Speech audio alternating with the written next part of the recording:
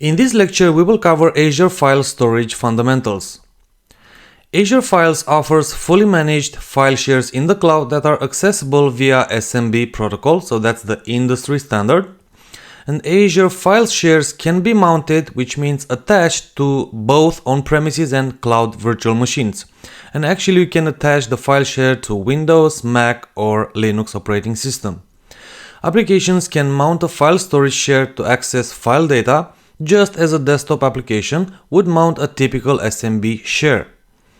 So really, why use Azure Files? Is it useful or not? Let's go over the Azure Files benefits.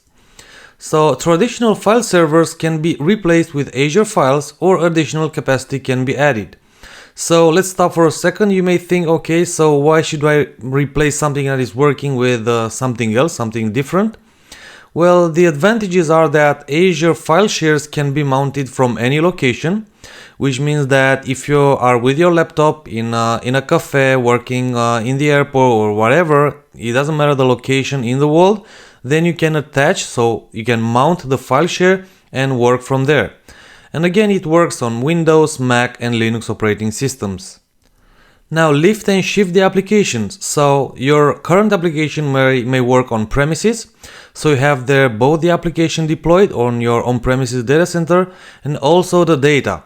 So you can go with full lift and shift. So really take your application from traditional on-premises data center and move it to the cloud. Or the second option is to keep your application on premises, so on your servers, and then use the data in Azure Files, so in Azure Cloud. Also, plug and play compatibility should be taken into consideration, and that is because it is using the SMB industry standard protocol, so it works on all of the systems. Now, managed service. So this is also a big advantage because Azure takes care of the hardware and software updates, necessary upgrades and the system patching if needed. You can also automate your work, so multiple tools are available for scripting, and you can work on Azure CLI or Windows PowerShell. Now it is an always on file share, so highly available and highly scalable. And again, another big advantage is the no maintenance windows, planned or unplanned.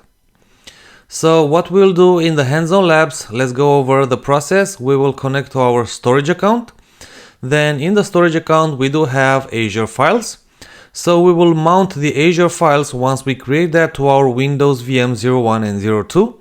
And we will upload a file, so we will copy a file from Windows VM 01 to the Azure Files, and if everything works as expected, then the file should be available for Windows VM 02 finally.